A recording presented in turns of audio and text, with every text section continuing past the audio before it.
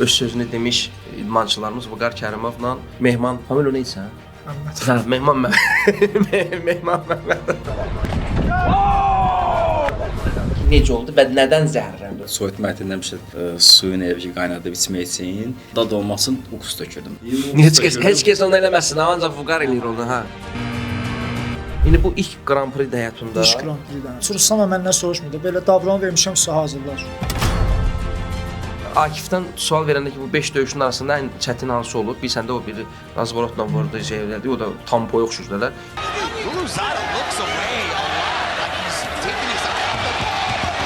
Döyüşü uddum. Neydi adı? Mehman çıxında taxır. Heç getdi Mehman qucağı, Mehman götürmə boğaz yedi. Mehman buraxmadı. Mehman özü döyüşdü də yayda Sibrizdə. Orada elə çıxmaq onunla düşmən bir oldu. Açıqını da taxıb. Bir daha baxım, görüm necə açıqdır. Bu image-dir. Image-dir. Və salanda açıq taxmaq lazımdır. Allah.